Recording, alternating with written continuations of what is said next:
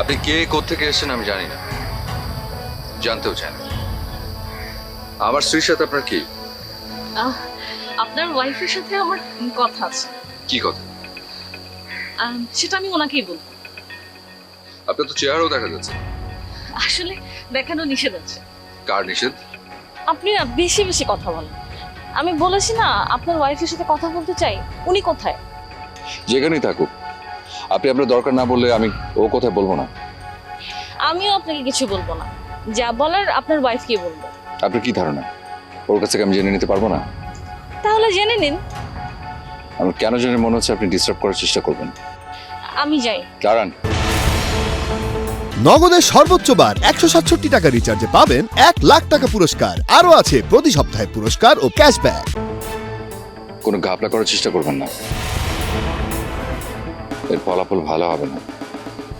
আপনি কি আমাকে হুমকি দিচ্ছেন? ধরে নিন তাই।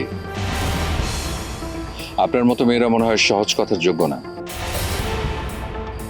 যাকে যেমন করে ট্রিট করা দরকার আমি ঠিক তেমন করে তাকে ট্রিট করি। খুব কনফিডেন্স নিজের উপর।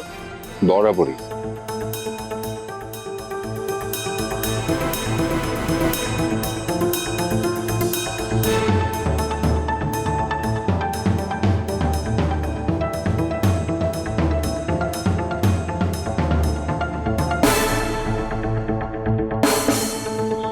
সুজানা, তোমার সাথে এভাবে দেখা করাটা দিন দিন রিস্কি হয়ে যাচ্ছে। জি বস, আবার ফোনেও কন্ট্যাক্ট করাটা ডিফিকাল্ট, ট্র্যাক করতে পারে। নগদের সর্বোচ্চ বার 167 টাকা রিচার্জে পাবেন 1,00,000 টাকা পুরস্কার। আরও আছে প্রতি সপ্তাহে পুরস্কার ও ক্যাশব্যাক। জানি এদিকে ঝামেলা আরো বাড়ছে। কেন বস? ব্যাংকের পেপারস কি এসআই অ্যাকসেপ্ট করেনি? না, সে কনভিন্স, কিন্তু ঝামেলা অন্যখানে। কোনখানে? আমাদের পিছনে রোহিত ছাড়াও অন্য শত্রু লেগেছে। তারা কারা? এটি তোমাকে খুঁজে বের করতে হবে। জহির আমাকে আনিলার কথা বলেছে, কিন্তু খোঁজ না তো আনিলাকে। ওকে বস।